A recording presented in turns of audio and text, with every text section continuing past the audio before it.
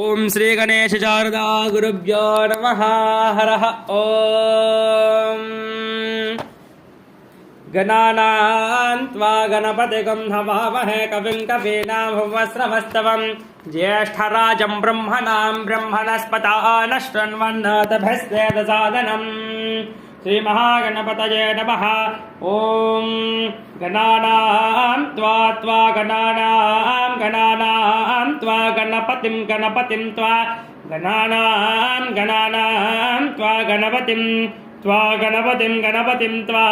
गणपतिगं हवामहे गणपतिं त्वा गणपतिगं हवामहे गणपतिगं हवामहे गणपतिगं हवामहे कविं कविगं हवामहे गणपतिं हवामहे कविं गणपतिमिति गणपतिं हवामहे कविं कविगं हवामहे कविं कवीनां कविगं हवामहे कविं कवीनां कविं कवीनां भुवष्टवस्तमं कवीनां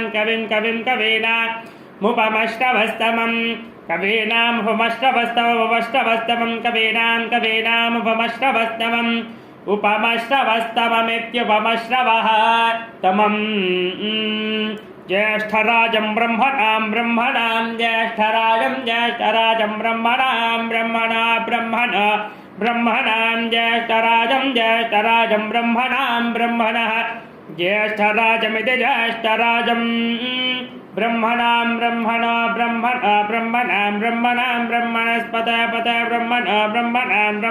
ब्रह्मणस्पते ब्रह्मणस्पते पते ब्रह्मणस्पत आपते ब्रह्मणस्पत आपते पत आनन आपते पत आनः आनन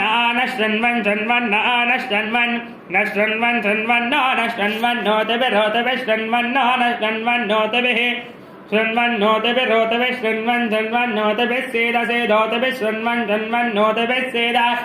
ऊतिभिस्सेदसेदोतिभिस्सेदसादनकं सेदोतिभिस्सेदसादनम् ऊतिभिरित्यूतिभिः सेदसादनकं सेदसेदसादनं सादनमिति सादनम्। ओम शांति शांति शांतिः। एतत् फलं श्री परमेश्वरार्पणमस्तु।